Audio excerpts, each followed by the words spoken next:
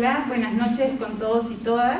Mi nombre es Gracia Angulo, soy la editora de la Biblioteca Nacional del Perú y en nombre de la institución les doy la bienvenida a esta presentación, que además es muy especial porque tras la pandemia es la primera vez que volvemos a presentar y a reunirnos para celebrar la aparición de un nuevo libro. En este caso se trata de Ex Libris. Es un nuevo álbum de la colección Imagen y Memoria, que es una colección que estrenamos en 2021 y que presenta trabajos artísticos y fotográficos basados, inspirados en los archivos que se resguardan en esta institución. La colección Imagen y Memoria tiene dos series, cuadernos y postales. En cuadernos ya hemos lanzado el álbum de miniaturas de Buren y el álbum de acuarelas de Buren, y en postales tenemos el álbum de tarjetas de visita, el álbum de modas del siglo XIX, y Ex Libris es el tercer título de esta colección. Antes de empezar, quiero invitar a Fabiola Vergara, es la jefa institucional de la Biblioteca Nacional del Perú, para que nos dirija unas palabras esta noche. Buenas noches, Fabiola.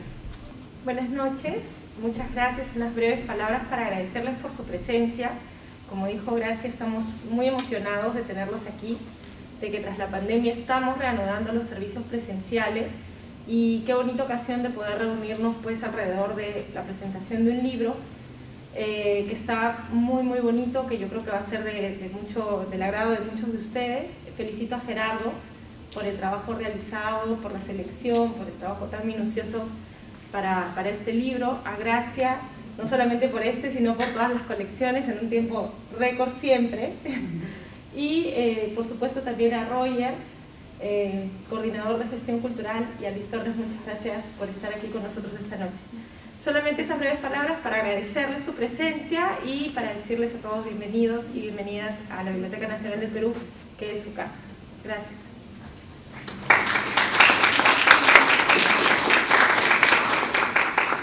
Gracias a Fabiola por sus palabras y también por seguir impulsando la producción editorial de la biblioteca, que bueno, luego pueden pasar, tenemos a la venta no solo este libro, sino algunos títulos más que hemos lanzado. De hecho, también está Elogio del Libro, que es un nuevo título que presentaremos el próximo jueves. Entonces, para comenzar, quiero presentarles a los tres participantes de esta noche. Gerardo Trillo es el autor de la selección y del estudio introductorio. Esta colección tiene un objetivo un poco democrático, ¿no? La idea es que sea un abrebocas, un libro no necesariamente para un público especializado. Entonces Gerardo ha tenido el encargo de traducir en un texto simple, sencillo, didáctico, pero con mucha información, con mucho manejo de fuentes, un poco lo que significa el Ex Libris, su historia, su tipología, y bueno, también se ha encargado de la selección. Pero antes de presentar a Gerardo, quisiera darle la palabra a Luis Torres Villar. Él es un destacado artista, egresado de la Escuela Nacional Superior Autónoma de Bellas Artes. Él obtuvo una residencia en el taller del maestro grabador Hugo Besart en Bélgica en el 2010, y fue seleccionado para participar en el programa de artistas PD12 de la Universidad Torcuato Di Tella en Argentina. Cuenta con varios reconocimientos, como el Salón de Grabado Nacional del IPNA en el 2008, el premio del concurso Pasaporte para un Artista organizado en el 2009, también fue premiado en la Quinta Bienal del Concurso Nacional de Pintura, entre otros premios. Ha realizado exposiciones colectivas y bienales en Argentina, México, Taiwán, Rumania, Portugal, Polonia, China, Corea, Turquía, España, Japón y por supuesto el Perú. Como educador maneja el proyecto alternativo Museo Popular de Grabado Peruano, una apuesta pedagógica que pretende generar un acercamiento del grabado al vecino en la periferia de nuestra ciudad, apostando por el poder pedagógico y múltiple de la estampa. Entonces, a continuación le cedo la palabra a Luis Torres, a quien además agradecemos su presencia esta noche. ¿Qué tal? Ante todo, agradecer la invitación, agradecer mucho la presencia de quienes están aquí. Qué agradable y qué bacán que empecemos esta esencialidad justamente presentando un libro. Yo más que feliz porque es un libro que agradecer a Gerardo porque es un tema que a mí me apasiona mucho, que me agrada y que tiene que ver mucho con la producción del grabado. Y en este caso con el grabado en la variante del ex-libris. De repente muchos de ustedes tienen alguna información o ya han tenido algún vínculo con las técnicas de grabado, con los ex-libris. En este caso el libro que Gerardo de alguna otra forma ha sintetizado y nos trae, diría que tiene como una condición, digamos, de tamaño que lo hace accesible, lo hace movible, lo hace práctico y nos permite de alguna otra manera seguir hurgando, ¿no? El ex-libris tiene justamente esta dimensión de grabado, en el lenguaje del grabado se le llama mini-print. Mini-print quiere decir grabado pequeño, estampa de pequeña dimensión donde uno se aproxima a ella, ¿no? De cierta forma hace un poco el encanto del voyeur, quien quiere ver a partir de una ventana pequeña, y esa ventana pequeña nos permite ir observando esas curiosidades de quien en algún momento encargó a un artista gráfico desarrollar esa estampa que de alguna otra manera iba a marcar todos sus libros, ¿no? Entonces hay todo un universo, digamos, de creación, hay un universo en temas, en mundos, en tratamientos. El libro para mí ha sido abrir justamente esa suerte de pequeñas ventanas donde encontramos nombres de personas que han ido construyendo parte de la historia de nuestro país, ¿no? Ustedes cuando tengan el libro van a empezar a encontrarse y van a también como un poco a pensar, ¿no? En qué medida también yo estoy desde mi práctica de repente aportando, consolidando algo, ¿no? Les comento, yo soy profesor de la Escuela de Bellas Artes, enseño grabado, y justamente tengo como 3 clases dedicadas al ex-libris, ¿no? Porque me interesa justamente que los alumnos también vean justamente en esta potencialidad del grabado por encargo, que tiene que ver con la posibilidad de poder digamos, ganar un ingreso, ¿no? Yo veo acá muchas personas que de repente en algún momento van a querer encargar un ex-libris, entonces les comento que hay jóvenes artistas que están desarrollando esta práctica. Hay un diálogo muy interesante entre quien hace el ex-libris y quien encarga, hay un acuerdo mutuo, y están las técnicas, si quieren tradicionales, o las técnicas otras, digamos, que pueden servir para poder desarrollar su propio ex-libris, ¿no? Entonces el libro, Gerardo lo señala, es como una piedra, ¿no? Una piedra que permite cimentar algo que se puede construir con el tiempo y poder también pensar otras potencialidades entre el vínculo, entre la imagen, ¿no? Y el arte, que es en este caso las técnicas gráficas, el dibujo, el grabado, y la posibilidad de entender ese afecto, digamos, que muchos de ustedes que estamos en un espacio donde más de uno, digamos, alguna vez ha abrazado y ha dormido con un libro, ¿no? Y a sentir ese afecto, ¿no? Ese calor, esa posibilidad de ingresar a un mundo u otro. El ex-libris, digamos, sintetiza toda esa dimensión del bibliófilo. Yo he puesto la presentación ex-libris ¿por qué y para qué? Bueno, ahí faltan marcas y errores, me van a disculpar, está un poco el apuro. Pero lo que he traído es una suerte de imágenes.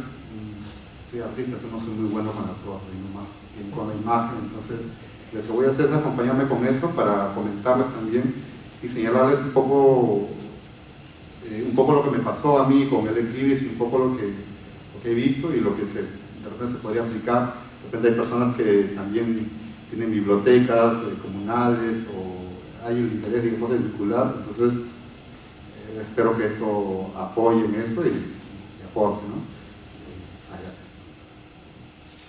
¿Por qué y para qué? Les comento que si bien ahora estamos viendo un conjunto de ex-libris que obedecen a nuestra tradición, ¿no? A nuestra historia, a nivel mundial hay muchos eventos vinculados al ex-libris, muchos de ellos empujados por bibliotecas, incluso comunales, bibliotecas de municipios, bibliotecas particulares.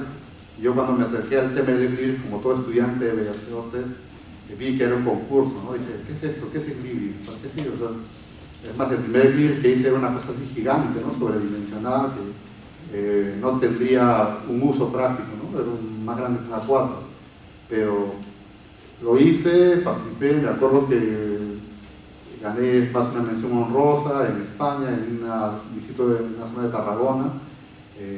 Y entonces empecé a ir viendo, digamos, otras posibilidades para el tema del Eclibris. La imagen que estamos viendo pertenece a un concurso que se da en un castillo de Marburg, en Polonia, y lo pongo ahí porque a mí me generó el encanto de, está mi nombre, está el nombre de un maestro importantísimo en la historia del grabado japonés, y ese descubrimiento, digamos, no lo hice yo, sino lo hizo un sobrino y un vecino, niños que abrieron el libro y dijeron: Lucho, aquí está San Juan de Lurigancho y acá está al otro lado, está Japón, ¿no? Entonces esa alucinada, esa idea de ficcionar y de pensar que los universos pueden encontrar y se encuentra en el libro, ¿no? O sea, a mí me pareció mágico el hecho de que ellos acortaban, digamos, mentalmente las posibilidades de alucinar, de flashar que eso era posible, ¿no? Entonces, y eso permitía, digamos, este libro y esa publicación, ¿no? Este es otro evento que se da en Taiwán, que tiene que ver con una bienal, celebración, exposición de Eclibris, que se da con jóvenes, o sea, es un concurso, un evento de Eclibris para niños de diferentes edades. Bueno, yo llegué en el 2010 por una bienal de grabado y por una beca a estar en Taiwán, y estuve un poco averiguando sobre cómo que se daban estas situaciones, y me acuerdo que ese 2010 el tema era lo que ahora vemos como Dragon Ball, ¿no? El Goku y todo esto, pero para ellos tiene toda una construcción cultural. O sea, está inmerso, digamos, el tema del Tripitaka, del monje. Entonces, todo ese tipo de situaciones, sería lo mismo acá pensar de repente un evento de Eclibris vinculado al tema de Manco Cápac y Mama Oyo y la leyenda, ¿no? Entonces, ese tema cultural, digamos, servía como pretexto para justamente producir, digamos, toda esta suerte en el libro. Si se abre, hay un montón de imágenes desarrolladas por niños, ¿no? Y al costado, bueno, lo que da un poco son los años, ¿no? Que es un evento que se mantuvo de forma muy continua, muy constante. Esas son algunas de las publicaciones. Yo como docente, la forma como, digamos, le señalo a los jóvenes grabadores que van a hacer, ¿no?, de la escuela, es que tratan de enviar a estos eventos, a estas bienales, y de alguna u otra manera la bienal, cuando uno selecciona y participa, te devuelve una publicación donde uno ve su obra impresa, ¿no?, o en publicación con un directorio, y además puede enterarse de la producción de otros artistas del globo, ¿no? O sea, qué están haciendo los colegas. El costado del libro rojo es una publicación catalana sobre Eclibris, donde además de, digamos, educarnos, enseñar, hay temas de investigación sobre Eclibris. También hay una selección de quienes participan a estas convocatorias. Esta es una biblioteca en Polonia, es una competición también que se da, una biblioteca municipal muy, muy importante, pero lo pongo porque, digamos, el acervo que tenemos en la Biblioteca Nacional es un acervo que tiene un tiempo, tiene que tener un manejo, un cuidado, porque son obras, digamos, que o sea, a lo que voy es que ellos, su acervo que tienen, que es actual, que es contemporáneo, que reciben por la convocatoria 2022, esa obra la van a exponer, la van a poder sacar en el espacio público y van a tener toda una suerte de actividades con el público. O sea, van a hacer talleres, o sea, no hay el riesgo, digamos, de pensar que es una obra, un acervo antiguo que se puede, o sea, no se va a maltratar en la medida en la que, ¿no? Entonces, y de alguna otra manera la biblioteca genera un patrimonio, porque son obras de arte de artistas de primera calidad y globo que empiezan a participar, justamente interesados por este tema dan un tema, digamos, es un reto para uno como creador, ¿no?, de pensar de qué manera puede ir respondiendo, digamos, a esa pregunta plástica. Bueno, esta es la biblioteca cívica Bodo di Lonago en Italia. Por ejemplo, para el 2001 el tema que ellos convocaron fue Dante y la Divina Comedia, y infinidad de artistas se pusieron, se presentaron, ¿no? Yo a veces me pongo a pensar que hubiese sido si se pensara en un evento o una convocatoria donde se hable de, no sé, de Tupac Amaru, por ejemplo, un Equilibris, donde se hable de, o se comente sobre Vallejo, ¿no? y su poesía. Yo creo que todo artista del globo va a estar sumamente interesado en querer participar, ¿no? Y querer también pensar. Es una forma también de ellos de pensar en la universalidad de sus valores, ¿no? O sea, aquellos que han construido historia del país y cómo es que esos también pueden estar presentes en la historia del mundo. Y bueno, esta es otra convocatoria que se da en México, tiene que ver con el Museo de Aguascalientes de Guadalupe Posada. El otro tema es que estos países tienen, digamos, una tradición muy marcada con el tema del grabado, ¿no? Pero igual, así como vemos esta suerte de experiencias, podemos encontrar infinidades en bibliotecas, ¿no? que han ido desarrollando. Pero es un poco las experiencias que yo he desarrollado a partir de talleres, ¿no? Yo siento que ahora con esta publicación voy a poder incluso dar las actividades, incluso los alumnos que están habiendo grabado, y van a encontrar, digamos, una resonancia, ¿no? Un rebote para poder entender que, digamos, hay una tradición, hay una producción, hay algo anterior a lo que uno hace y puede de esa manera seguir conectando, ¿no? Que es un poco el poder que tiene el archivo, ¿no? El objeto del pasado, cómo es que susurra en lengua nueva en tiempo presente. Bueno, esos son Equilibris desarrollados por niños, nunca han hecho grabado, pero ahí hay intereses, ¿no? Uno le quiso dedicar a su gato, posiblemente en un futuro tendrá una biblioteca felina, no lo sé, pero, ¿no? Y hay otro que, Rodrigo nos miraba, ¿no? Y era su ojo, digamos, el elemento que más resaltaba para él, el Equilibris fue esa elección. Este es un Equilibris que se desarrolló en la Casa de la Literatura tiempo atrás, y ahí incluso imprimimos algunos libros, ¿no? Las personas que participaron llevaban sus libros, desarrollaban su Equilibris, aprendían la técnica gráfica y salían con el Equilibris y el libro impreso, ¿no? Este es un taller que se dio también en el Centro Cultural Corihuasi, de parte de una exposición. Fue una exposición, un taller de Equilibris con pequeños, ¿no? Con jóvenes, de niños todavía. Y esto es no sé si una alucinada, un guiño, ¿no? Yo lo veo más como una suerte de idea, digamos, para pensar un poco más en el libro. Lo pongo acá porque yo siento que acá también hay personas que de repente desde sus espacios pueden también ficcionar, pensar otra cosa, ¿no? O sea, hay dos elementos aquí que se encuentran, ¿no? Uno es una publicación ampliamente conocida por todos, ¿no? Y el otro es el tema del Equilibris, ¿no? Entonces era un pretexto un poco para convocar, para pensar otro formato, para hacer un guiño, digamos, de cruces, digamos, que se dan entre imagen, palabra y creación. En fin, un pretexto, pero de eso pueden haber muchos, ¿no? Entonces yo pienso que cada uno de ustedes también puede, en esa medida, de repente, quienes tienen bibliotecas o espacios que quieran proyectar o hacer actividades, podría también ser un incentivo, ¿no? Y bueno, aquí están las personas que imprimían, ¿no? en la publicación y dejaban un poco un comentario, ¿no? De cómo había sido el taller, ¿no? Y eso fue un poco la dinámica de este taller que me pareció interesante. Y aquí lo que pongo son algunos espacios web, lugares donde ustedes pueden de repente encontrar más información sobre el tema de los Equilibris, ¿no? El primero son eventos bienales donde uno puede descargar incluso catálogos de Equilibris, ¿no? Está los FISAE, que son las Federaciones Internacionales de Equilibristas, que hay, ¿no? También hay por países, o sea, existe toda esa cosa bien alucinante, digamos, a nivel de redes, que se da sobre todo en Europa, pero en Argentina, en México, pero bueno, es una cosa que de repente está por hacer, pero yo me quedo sobre todo en la posibilidad de pensar en el Equilibris como un potencial, digamos, de seguir vinculando al libro, ¿no? con la persona, o sea, no solo, digamos, no solo el hardware, sino el software, ¿no? El paquete completo, ¿no? que tiene que ver con justamente ese afecto que tenemos hacia esa materia sólida, ¿no? Que al final uno lo abre y uno se puede introducir en un mundo, ¿no?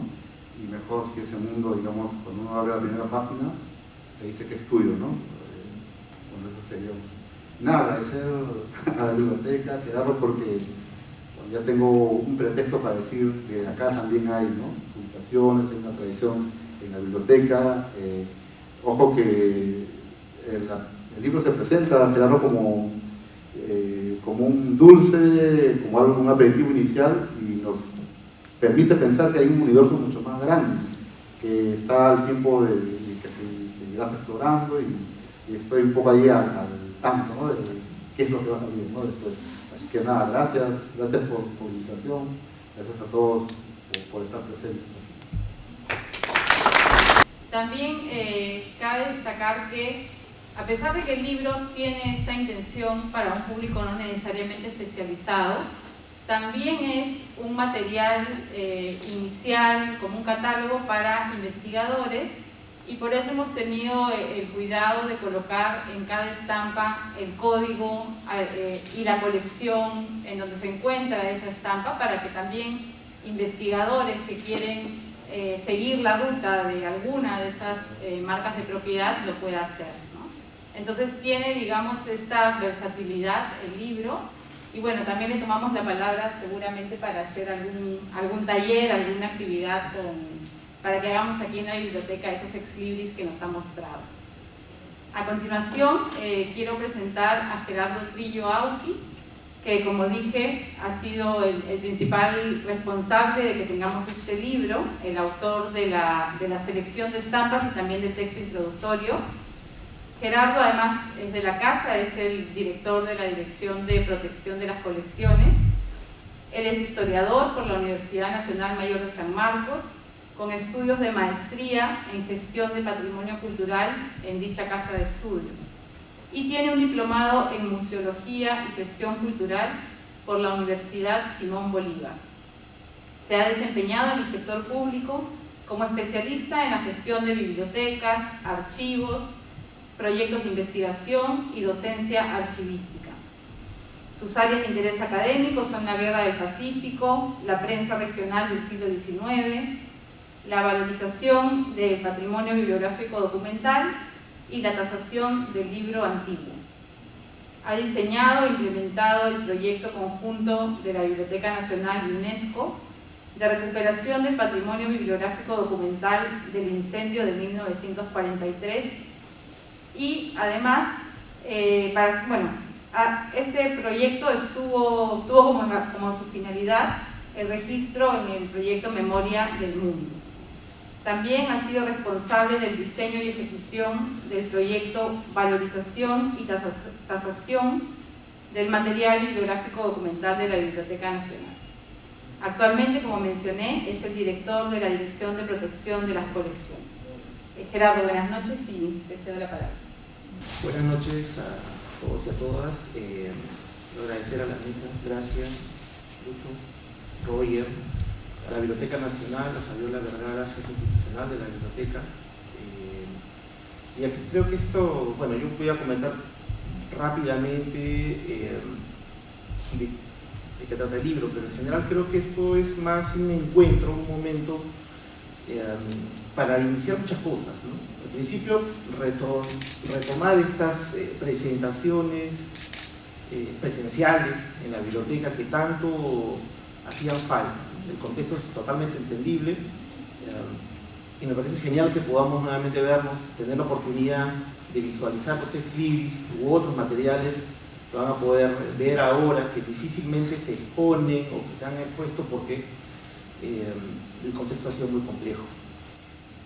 Voy a seguir un poco la línea de lo que ha estado exponiendo Lucho, que de verdad ha sido inspirador, y creo que es el objetivo que tenemos como Biblioteca Nacional y que estamos tratando de impulsar a través de esta serie. No pensar el patrimonio como solamente, digamos, lo antiguo y el valor de lo antiguo. Ese valor está vinculado necesariamente al presente, está vinculado a lo real del día a día. Y el ex libris es una expresión dentro de muchas otras que acompañan al libro. El libro es un objeto material, pero también establece una relación con la persona, con el ser humano. Y esta relación ha sido constante. El ex libris tal vez en esta forma moderna, podía arrastrarse tal vez en el siglo XVI. Sin embargo, la apropiación o el hecho de dejar la vinculación de la persona con el libro es bastante antiguo. Ayer recordábamos que es incluso desde el antiguo Egipto, que ya se consideraban este tipo de detalles de dejar bien claro a quién le pertenecía el libro.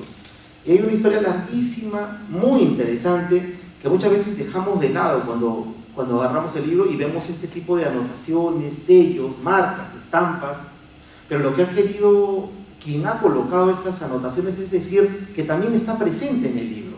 Entonces, el libro no solamente es un objeto material que transmite información, sino que a través de estas marcas de procedencia o de propiedad establecen y van a dejar para la perennidad esta relación de las personas. Trabajar los ex libris, bueno, en la Biblioteca Nacional ha sido parte de una percepción amplia respecto a las anotaciones, a las marcas de procedencia. A nosotros nos sirve para diferentes aspectos técnicos, y empezar a ponerle atención al ex libris fue muy interesante a partir de ver que efectivamente, como ha mencionado Lucho, hay mucha bibliografía en el mundo sobre el tema. Actividades que las ha mencionado, están presentes hoy mismo, este año mismo se siguen haciendo. Y de repente nos decíamos, ¿y qué pasó en el Perú? ¿Existe? ¿Ha pasado? ¿Es algo que ocurre? Y efectivamente lo es.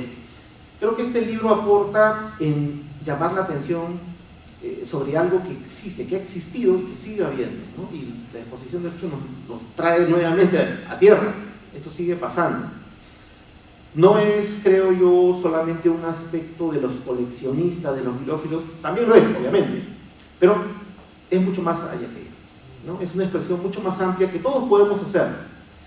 Pienso en el hecho de obsequiarle a alguien un ex libris, ¿no? De tener el aprecio de la persona u otra y dejar ciertos detalles. No sé si faltaré, pero creo que hasta he visto algunos ex libris que son caricaturas de algunas personas, totalmente personales. Es muy, muy hermoso realmente. Creo que el libro está efectivamente escrito para introducir al lector a este aspecto. Afortunadamente tenemos ya algunos artículos, digamos, un poco más técnicos, historiográficos sobre el tema, y otros en camino, pero este está diseñado de manera que permite apreciar en un muy buen papel, en una muy buena impresión, en una buena edición. Hay que agradecer a los equipos, al personal de la biblioteca, a las áreas que hacen la digitalización, que hacen el cuidado de los libros, que los restauran, a los que catalogan, a todas las diferentes áreas. Un trabajo, cuando lo vemos un libro pequeño, pero hay mucho trabajo detrás. Hay toda una cadena de personas que están haciendo un trabajo diario para que esto se pueda valorar. Y lo que buscamos finalmente es que lo puedan ver, que lo puedan valorar, que lo puedan revisar. Va a ser un placer, creo, observar, apreciar, disfrutar estas imágenes, porque finalmente lo que tenemos aquí son imágenes de diferentes escribis, de una selección que es mucho más amplia. En la biblioteca hay mucho más. Y creo que a la vez también permite la creación, como ha explicado acá el dicho, permite la investigación, como ha mencionado Gracia, da muchas aristas, ¿no? Nuevamente, el ex libris es un aspecto material del libro, es parte de la materialidad propiamente, pero que tiene muchas aristas, ¿no? Y podemos ver la historia del recorrido de un libro a través de este escrito. Y lo que quería decir la persona que colocó, que se tomó la molestia de buscar el diseño, de mandar a hacer el diseño o de crearlo. Aquí vamos a ver, por ejemplo, en la vitrina, el ex libris de Raúl Porras Barrenechea, que creo que todos conocen, pero está algo que me parece bellísimo, de puño y letra, su trazo. Lo que hemos ido analizando a Porras, y es que efectivamente el ex libris no es uno para toda la vida, que es lo más llamativo. He visto personas que van cambiando el ex libris año por año, tiempo por tiempo, por eso puede ser dedicado a alguien, puede crearse cada cierto tiempo. Es un momento que quieres representarte a través de una imagen y luego seguramente querrás cambiarla. Y eso permite aumentar, incrementar, crear más. Creo que la Biblioteca Nacional, al haber encargado este trabajo, este producto, ha pensado nuevamente en la vigencia del ex libris, ¿no? En lo actual de él, ¿no? Y acá van a poder, como ha mencionado mucho, existía una tradición amplia, ¿no?, de quienes coleccionaban. Claro, tenemos estos que han sobrevivido en el tiempo, y estoy seguro que ha sido mucho más. Nuevamente gracias a la biblioteca, a todo su personal, a ustedes por haber asistido, darse el tiempo. Qué gusto realmente de poder nuevamente tener este contacto luego de un periodo bastante complicado y complejo. Bueno, eso es lo que quería comentarles y espero que puedan disfrutar el libro. Muchas gracias. Gracias a Gerardo por sus palabras, y sumándome a los agradecimientos que ha hecho, quisiera decir que como él mencionó, hay un equipo muy grande que hace posible este libro, y aquí tenemos a Talia Choque, que nos ayudó mucho con la identificación de los códigos, de a qué colección pertenecía cada estampa. También Maribel Chamorro, que se encargó de la reproducción digital de todas las estampas. A Jorge Guamán, por ayudarnos en todas las gestiones, igual que Marta Salvatierra. Así que de verdad ha sido un equipo muy grande. Y bueno, Daniela Abad, que es del equipo de ediciones, que es la encargada de diagramar estos libros.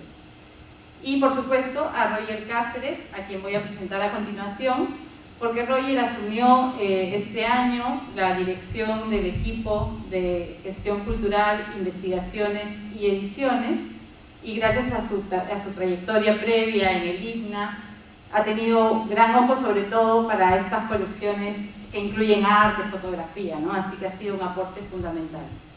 Roger es historiador del arte por la Universidad Nacional Mayor de San Marcos y tiene un diplomado en gestión de empresas e iniciativas culturales por la Pontificia Universidad Católica del Perú. Actualmente es coordinador del equipo de gestión cultural, investigación y ediciones de la Biblioteca Nacional del Perú, que tiene como objetivo el acceso y promoción de las artes y la mediación cultural en relación al patrimonio documental, buscando la participación de la ciudadanía, generando espacios de diálogo y de reflexión. Él tuvo a su cargo el diseño museológico del Museo del Grabado del IGNA entre el 2019 y el 2020, orientado a la conservación, investigación y difusión del arte del grabado en el Perú. También fue supervisor del área de artes visuales de la Gerencia Cultural del Instituto Cultural Peruano Norteamericano y encargado de producción y gestión del Museo de Arte de la Universidad Nacional Mayor de San Marcos.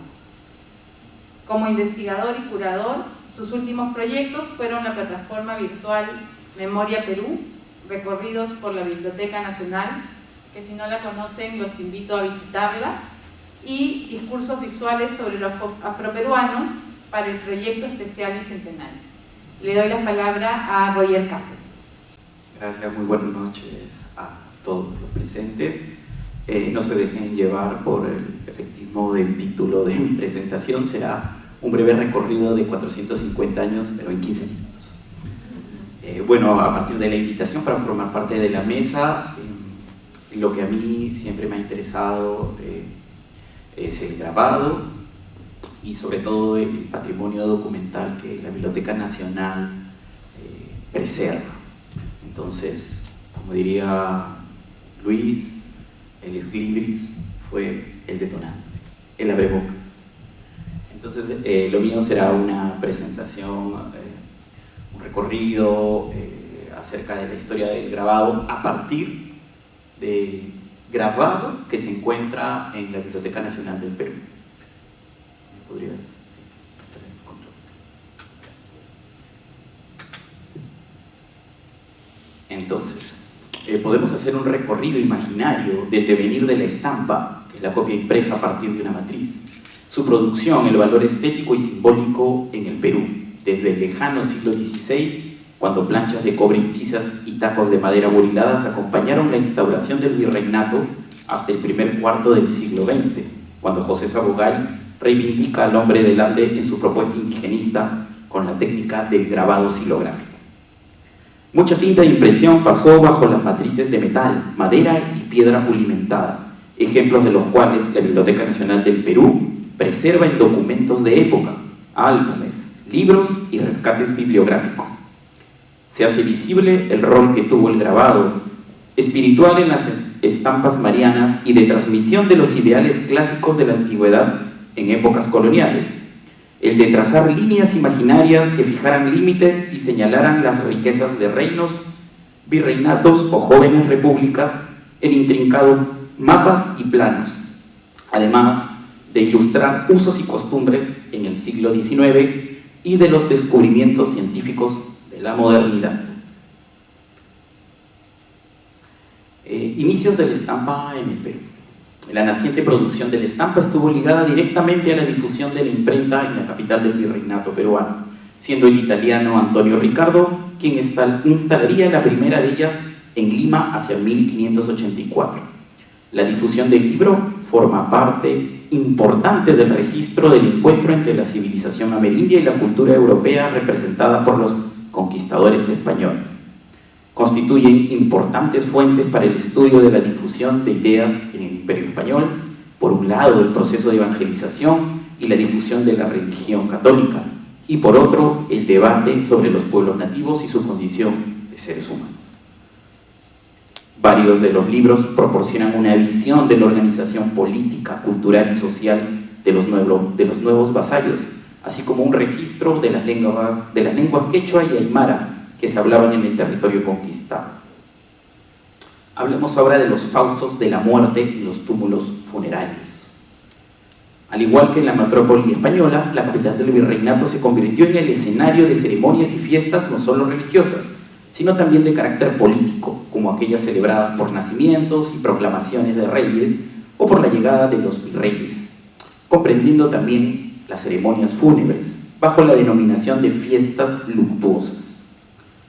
Estas se expresaban por medio de la construcción de aparatos arquitectónicos efímeros levantados en la Catedral de Lima, en las que intervinieron arquitectos, escultores, pintores, poetas y, como no, grabadores.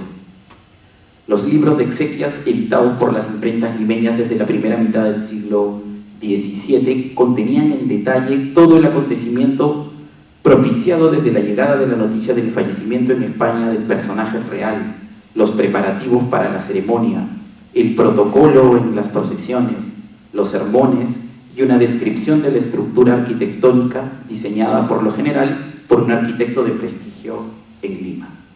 Al final se incluía un grabado de la obra efímera. Estos magníficos ejemplares obran en la Biblioteca Nacional del Perú. Las estampas religiosas usadas en la ilustración de libros o sueltas mantendrán vigencia más allá del siglo XVI e irán en incremento, ya sea en la técnica de la entalladura en madera o en la del grabado en metal, que hará su aparición en Lima recién a partir de 1613. Las estampas de la iconografía católica inician su difusión en el Virreinato del Perú, ya sea ilustrando libros que daban cuenta de las advocaciones más populares o en láminas sueltas devocionales. Las estampas se difundieron en todos los niveles de la sociedad durante todo el periodo colonial, revelando el predominio de la temática religiosa definida por el espíritu evangelizador. En algunos casos, la imagen conserva una correspondencia con la escultura o pintura que representaba, relación que se extendía a las órdenes o instituciones que fomentaban su devoción. Para mediados del siglo XVII, la producción de estampas religiosas deja de ser anónima.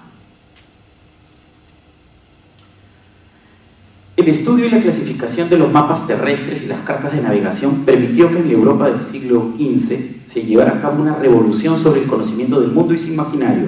Astrónomos, matemáticos y marinos configuran sobre el papel la representación de la superficie de la Tierra, sus relieves y elevaciones, las rutas y las distancias entre un punto y otro.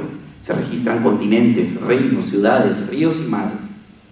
La cartografía fue vital para la expansión europea en los nuevos territorios de ultramar, pero fue entre los siglos XVII y XIX que meridianos y latitudes consiguen precisión, destacando holandeses y franceses.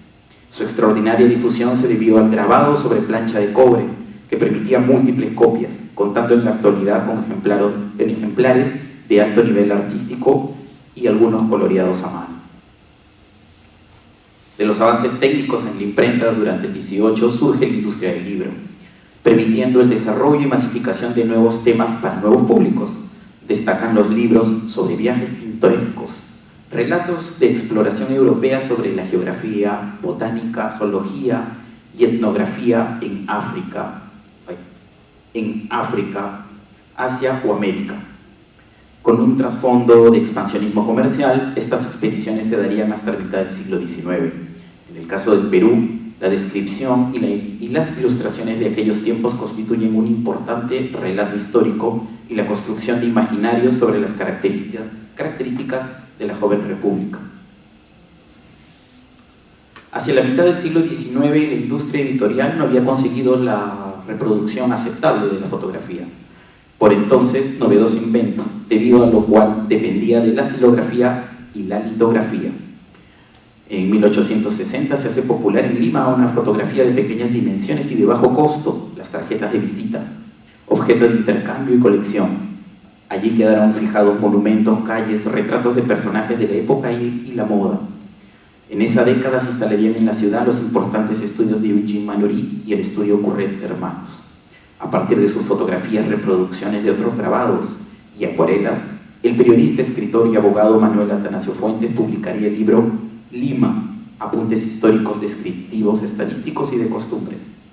Allí describe la vida cotidiana de la capital a través de imágenes de la ciudad, de tipos y costumbres, además de una galería de retratos de damas de la aristocracia limeña, además de personajes políticos y eclesiásticos de la época. Fue impreso en París en 1866 e ilustrado con 152 xilografías y 70 litografías. Posteriormente, a fines del siglo XIX, la innovación en el proceso de tramas, el grabado de semitono, permiten la producción en imprenta de la fotografía. Hacia la primera mitad del siglo XIX surgen las revistas ilustradas en Europa y América. El perfeccionamiento de las técnicas de impresión consigue intercalar el texto con imágenes grabadas en cobre y posteriormente litografía. La creciente relevancia de este tipo de publicaciones origina una especialización masiva de ilustradores y grabadores empleados para tal fin. En 1871, los hermanos Isidro Manuel y Trinidad Pérez fundan el semanario El Correo del Perú, donde se publican artículos periodísticos junto a poesía, dramaturgia y novelas seriadas de reconocidos escritores de la época. La meticulosa edición incorpora grabado de matrices importadas de Europa con obras de artistas locales. Fundada por Peter Pasigalupi, la revista El Perú Ilustrado tuvo una amplia circulación entre 1887 y 1892. Destacan en las ilustraciones de sus páginas los paisajes, puertos y monumentos de las ciudades del interior del país, retratos de civiles y militares, políticos e intelectuales, destacando los litógrafos Evaristo San Cristóbal y Carlo Fabri. En la cabecera de portada de ambas publicaciones, la representación iconográfica del discurso progresista de finales del XIX aún parece representar el camino hacia la modernidad en el Perú. Remanente del pensamiento ilustrado durante el siglo XIX en la nueva República Peruana, se sientan las bases para la investigación en las diferentes ramas del conocimiento, publicándose investigaciones para las cuales el grabado litográfico se convierte en un medio eficaz para su representación gráfica. El aporte científico de Antonio Raimondi para nuestro país fue inmenso. A partir de su llegada en 1850 recorrió numerosas regiones describiendo y recopilando material, el mismo que lo haría proyectar la publicación de una monumental obra sobre el Perú en los campos de la mineralogía, botánica, geografía, etnología y meteorología. De este proyecto se publicaron 3 tomos, desde 1874, el de 1876 y 1880, quedando inconcluso por la Guerra del Pacífico. Benita Cadot de Fessel fue una matrona francesa afincada en la ciudad de Lima, primera directora de la Casa de la Maternidad de Lima, y en 1826 publica las incidencias de su oficio en una inédita guía de partos ilustrada con un grabado anatómico. Para la segunda mitad del siglo XIX, en museos y bibliotecas de países como Alemania, Francia o Inglaterra, textos y documentos gráficos sobre las antiguas culturas de América permitieron el desarrollo de una nueva disciplina científica, la arqueología. A su vez, propició que investigadores europeos recalaran en nuestro continente. Este fue el caso de dos ilustres alemanes en el Perú, cuyo conocimiento ayudó a sentar las bases para una investigación rigurosa, valiéndose para la representación gráfica de sus hallazgos el reciente avance en la cromolitografía, técnica desarrollada a partir de 1840. Wilhelm Reis y Alphonse Dobel participaron en la excavación del cementerio de Ancón, al norte de Lima, en 1875, considerada la primera de carácter metódico y científico en el Perú. Los fardos funerarios y los restos relacionados a estos fueron representados espectacularmente en 3 volúmenes publicados simultáneamente al inglés y alemán en Nueva York y Berlín entre 1880 y 1887. Si la transición del virreinato a la república significó la concepción de lo indígena a lo largo del siglo XIX, predominará desde las élites una visión segregadora, reduciendo la importancia y la participación política de la población mayoritaria del país. Debido a esto, la representación de lo indígena en el arte o la literatura es de especial importancia para la comprensión de la nación peruana. José Sabogal es considerado como el primer artista con un proyecto plástico donde la reivindicación de lo indio en la sociedad peruana pasaba por la representación en pintura y grabado del hombre y el paisaje andino, así como sus expresiones populares.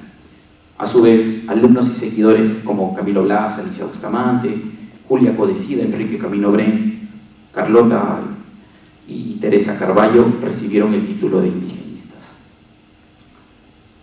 Bueno, eso ha sido un recorrido de 450 años por la historia del grabado en nuestro país, a partir del patrimonio bibliográfico documental que cuenta la Biblioteca Nacional del Perú. Tanto como comentó Gerardo y luego Luis, esperamos que la publicación del libro Ex Libris sirva para aumentar la investigación, ya que la Biblioteca Nacional es literalmente un libro abierto para la investigación. Gracias.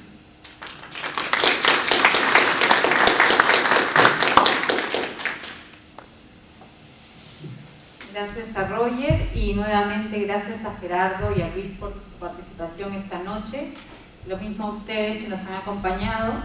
Quisiera saber si alguien tiene alguna pregunta, porque hemos considerado un espacio para esto, para sus inquietudes o para sus consultas.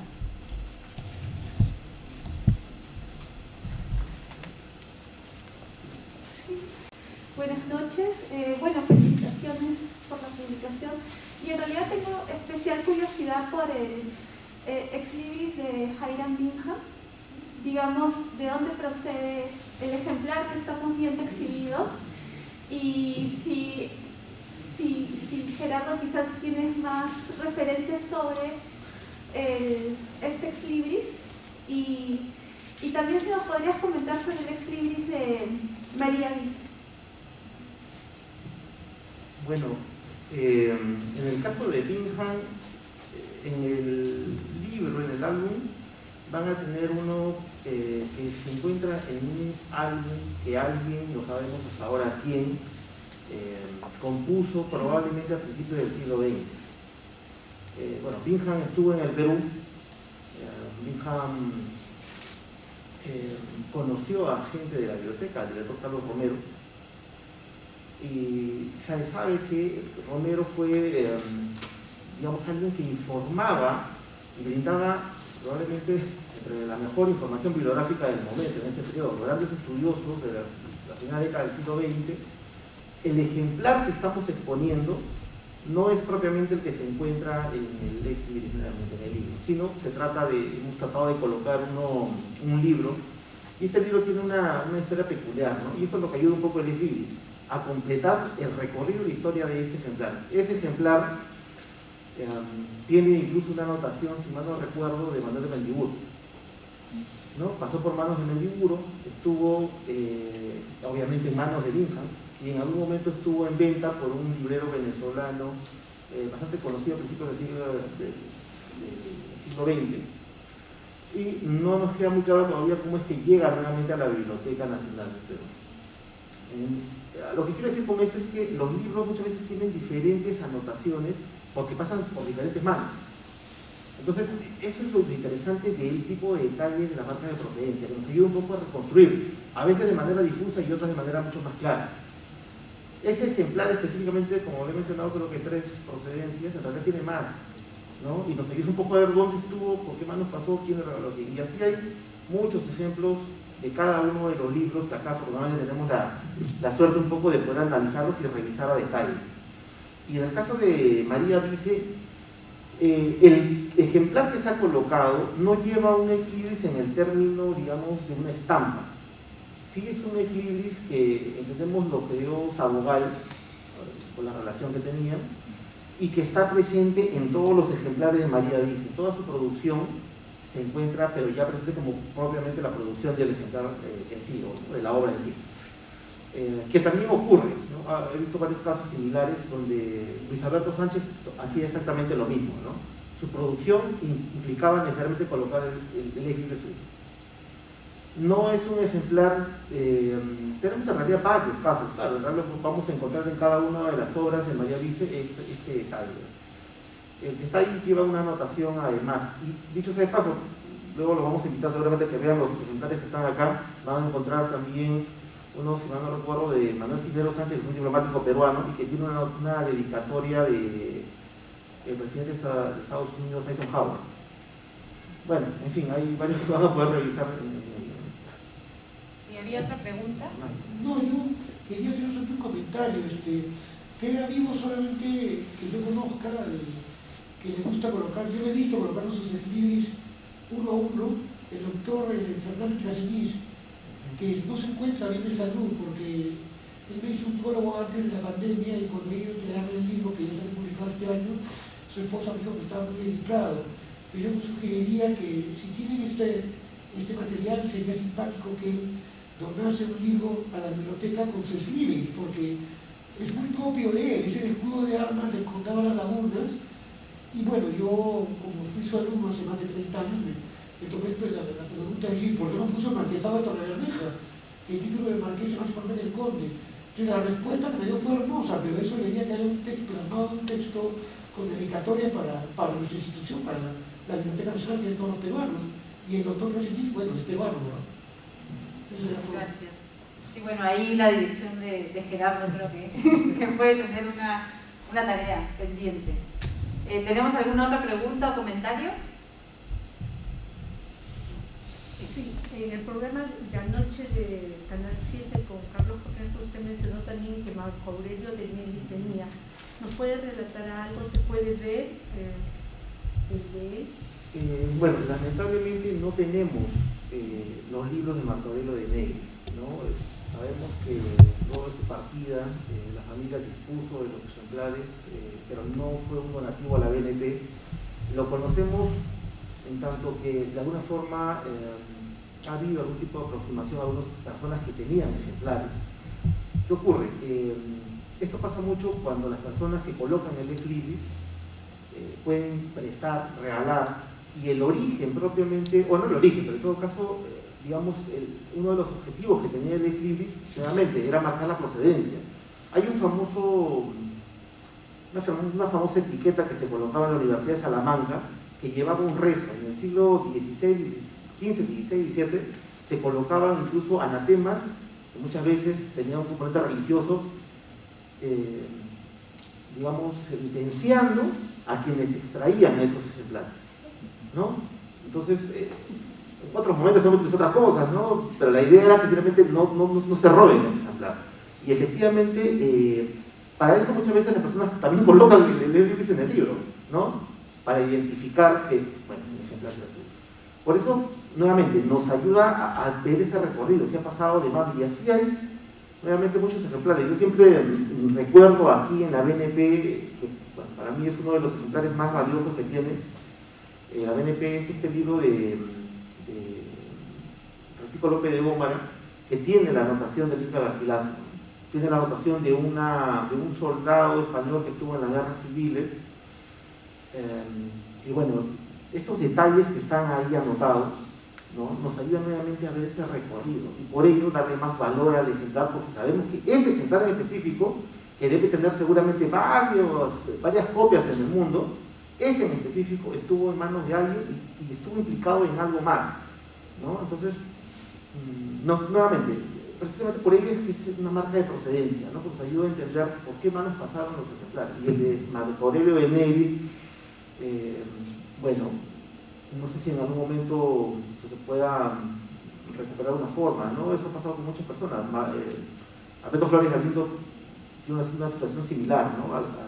Bueno, al ya no estar con nosotros, la familia dispuso de los libros y algunas veces alguien lo puede haber tenido en mano, haberlos comprado en un lugar, qué sé yo, ¿no? Pero ayuda a identificar que ese ejemplar específico le perteneció a tal persona, ¿no? Y también nos ayuda a ver qué cosa leía. Lo que pasa con San Martín. José de San Martín, acá vamos a tener un ejemplar y nos damos cuenta de qué ejemplar es él. Es más, les digo algo, como un detalle. José de San Martín se supone que dona algo de 700 libros a la biblioteca al momento de crearse. Luego vino la misma guerra, las guerras de la independencia, el incendio, la guerra del Pacífico, en fin. No hace mucho, estamos hablando probablemente en este año que ha pasado, es que hemos podido identificar más ejemplares que han sobrevivido en los libros de San Martín solamente por este detalle, o por los rastros que han quedado de leyes libres que muchas veces han sido desprendidos, ¿no? Pero esos detalles realmente nos ayudan a entender que esos ejemplares le pertenecen a San Martín, que leían, ¿no?, que consultaban, cuáles eran sus gustos, ¿no? En fin. Bueno, conocemos que nuestro país es muy extenso, muy variado en cuanto a culturas, ¿no?, tanto en costa, sierra y selva. He podido apreciar que sobre todo predomina la de costa, sierra. Yo les preguntaría si la Biblioteca Nacional va a hacer o ha hecho alguna exploración en selva. Ellos, por ejemplo, tienen una clasificación de plantas muy diferente al mundo occidental, que es la que manejamos nosotros, ¿no?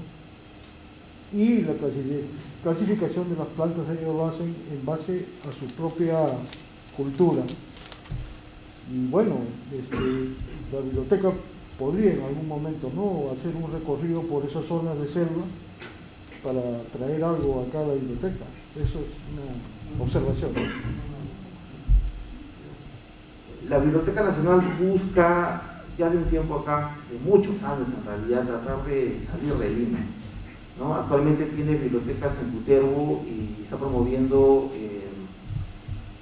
no recuerdo ahora cómo se explica, pero es finalmente una práctica de biblioteca y lectura en Puno. Y la idea es continuar ampliando el espectro de llegada que tiene la Biblioteca Nacional. Además, muchas veces las colecciones que llegan a la Biblioteca Nacional tienen que ver precisamente con investigadores, pero no solamente es eso, ¿no? Muchas personas cumplen el depósito legal y eso es algo que actualmente también se está buscando descentralizar.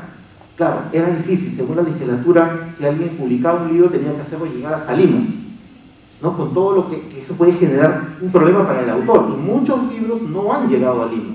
Cuando uno investiga un tema muy específico, que a mí me ha pasado, cuando he investigado temas regionales muy específicos, de repente decía, sobre un tema muy específico, pero no se había cumplido el depósito legal. Eso es algo que está cambiando ahora con la descentralización, que se está buscando que las bibliotecas regionales puedan acopiar estos ejemplares, de manera tal que pueda haber una fluidez, que los libros lleguen a Lima, y que también, dicho sea de paso, Lima puede enviar libros a otras regiones. Así que es un trabajo complejo, largo, amplio, pero creo que la mira está totalmente clara, ¿no? Descentralizar, salir de Lima, salir de San Borja, y bueno, finalmente promover la lectura en todo el Perú, ¿no? Gracias, Gerardo. El próximo jueves, el 9 de junio, a esta misma hora, a las 6 de la tarde, vamos a presentar un nuevo título de la colección Cultura Impresa en su serie Rescates, que se llama Elogio del Libro, de un gran bibliófilo, humanista, Alberto Tauro del Pino, y se trata de un rescate de su obra tras muchísimos años. La última vez que aparecieron esos textos fue en 1979 en la revista Fénix, y bueno, esta vez es un libro muy breve que reúne 3 ensayos sobre su amor por los libros, el ensayo que le da título al volumen, Elogio del libro, también sobre Antonio Ricardo, el primer impresor que llegó a nuestra tierra y que de hecho en la exposición de Roger ha habido ya, ha habido una mención a este trabajo, y los invitamos entonces a que nos acompañen en esta serie de presentaciones presenciales y también a que puedan ver ambos libros que están a la venta en la parte de afuera del foyer. Y además, buscando también que estos libros lleguen a más lectores y lectoras, están disponibles para su lectura en línea gratuita a través de la Biblioteca Pública Digital, al igual que todos los títulos publicados por la Biblioteca Nacional del Perú. Así que agradezco nuevamente a Roger, a Luis, a Gerardo y a todos ustedes por habernos acompañado esta noche.